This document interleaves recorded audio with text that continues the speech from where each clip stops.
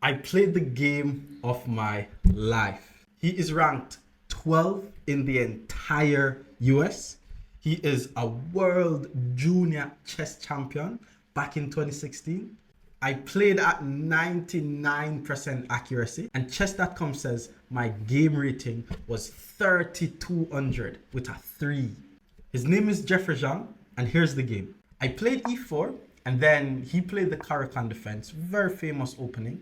I played d4, he plays d5, and then I played knight to c3, just ensuring that I'm developing my knight and protecting the pawn. So he took with his pawn, I take with the knight, and then he plays the move knight to f6. Now, for all of you guys commenting, play the Alien Gambit. I'm not going to be playing the Alien Gambit versus the 12 highest ranked player in the US. So I just took the knight, and this is called the Tartakov variation of the Caracan. Very, very theoretical. I have seen persons captured with the G pawn taking towards the center, so that way this rook could get the file. But the more theoretical and correct move is to capture away from the center, because it allows the bishop to get very good development. Now, in this position, I play the move pawn to c3. And before you start roasting me in the comments saying, why am I playing unnecessary pawn moves and why am I not developing my pieces? I wanted to develop a piece, but I had to play c3 first. Why? If I had just played bishop to d3, then the queen would have captured on d4. And if I play knight to f3, the bishop pins me on g4. So I was like, okay, I'm going to play the move pawn to c3, guarding d4 first with this very nice pawn chain. And then after he develops his bishop, then I develop my bishop. And I also want you to notice that my bishop is pointing towards h7. That's where his king is going to get castled.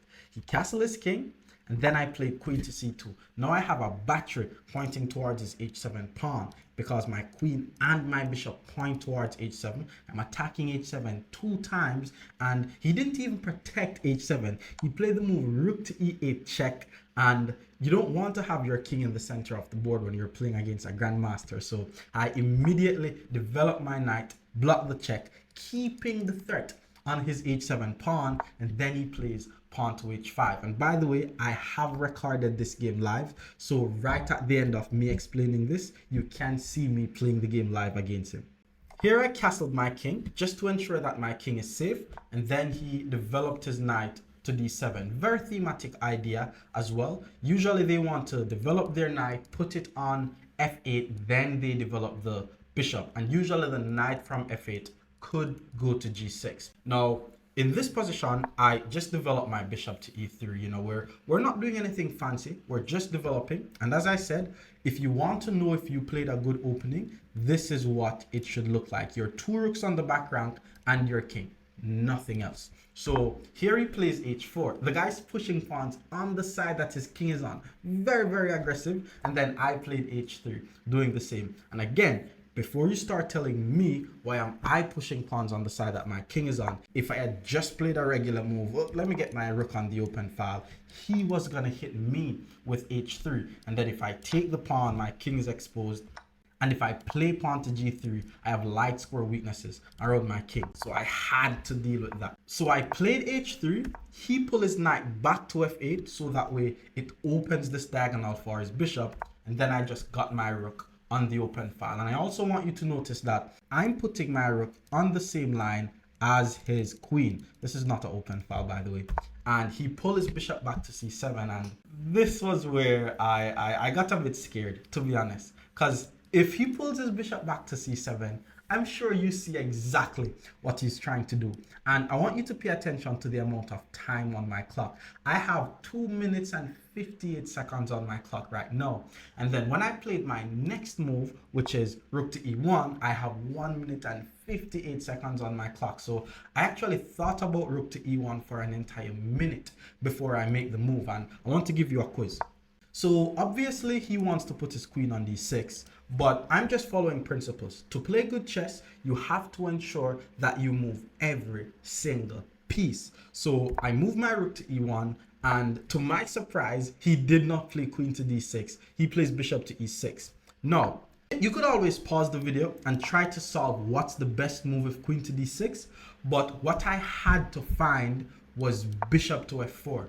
And you may think this is obvious, but it actually goes deeper than this, because he could actually sacrifice his rook for my knight. And if I take his rook, he takes my bishop. Two minor pieces are better than a rook, so black would be winning here.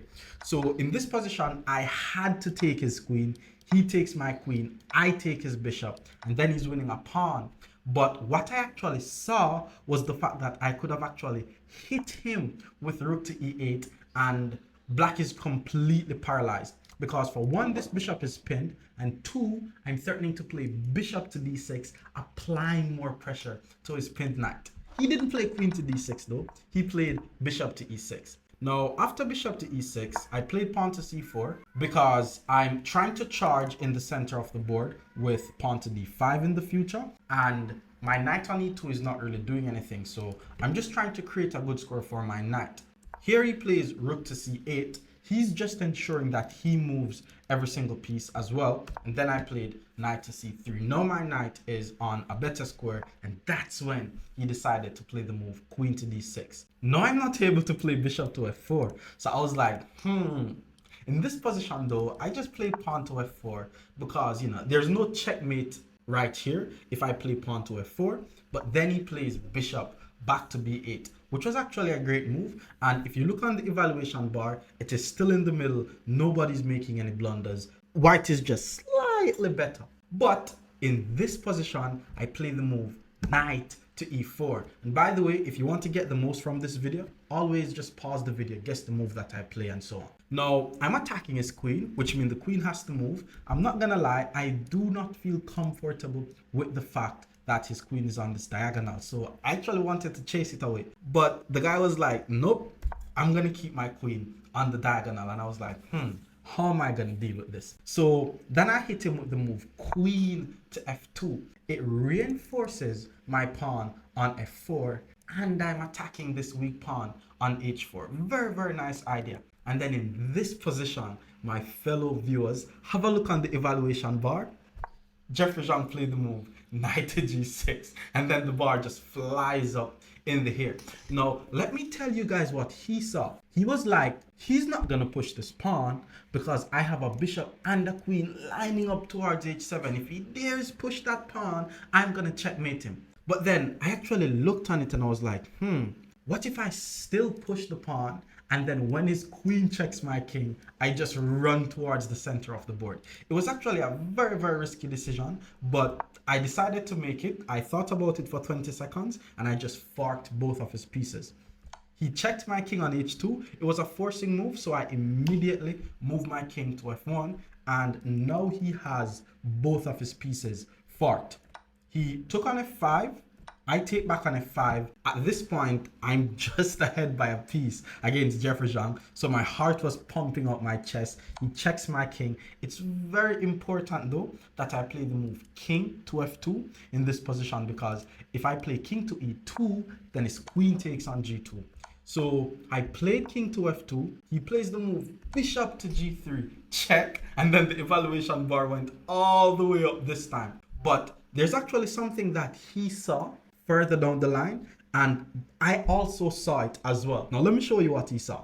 Basically, I'm attacking his queen. If I move my king, his bishop is going to take my rook, but my knight guards the square. So my knight guards g3. I captured the bishop, he takes my knight, and then in this position, my fellow viewers, my king went on the third rank, capturing the pawn, and Jeffrey Zhang resigned.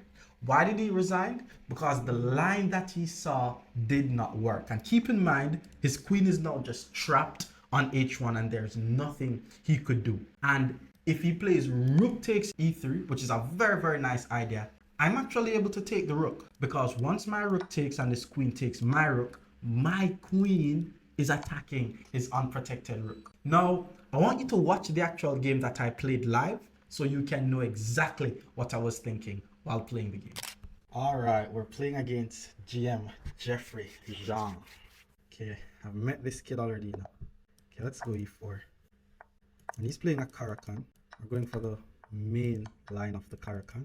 Bishop d3, queen c2. This is all theory. Knight blocks. castle the king. Knight d7. Let's just develop here. h3, prevent h4, knight back. Now we swing our rook in the game. This is all regular stuff. Then I'm gonna go c4, knight c3. How does this go? So I think he's trying to get his queen here to threaten me. So c4, queen d6, hit the queen. Takes, takes, take. How does this go again? c4, queen d6, bishop f4, rook takes.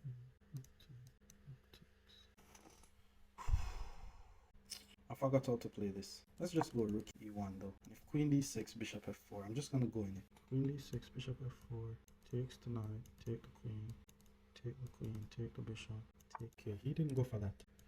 Let's go c4.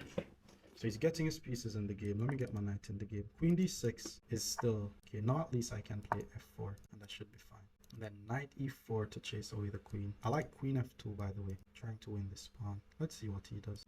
So he pulls the bishop back. I could attack the queen now. Let's chase that queen away. My knight could also go to c5. My queen could go to f2 and pick up this pawn. Where does he put the queen? Here? Okay, now let's hit him with queen f2, hit the pawn. And if he puts his knight here, I go knight c5. Oh, but then he takes. Take. Okay, that was not bad.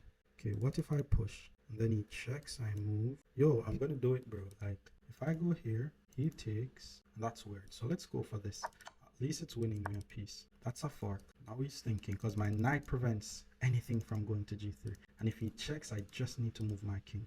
Nice. It's crazy. Okay, so he took. Now I take. He checks. Then I go to f2, hit the queen. Check. And then I take on g3. And then once he takes, isn't that queen trapped? Take on g3, beating Jeffrey Jean. Let's go! Yes! Let's go! Let's go! Let's go! We beat Grandmaster Jeffrey Jean 3042. Let's keep going. And by the way, if you want to join my academy to get access to one-on-one coaching, there's a link in the description that will help you with that. Hit subscribe for more.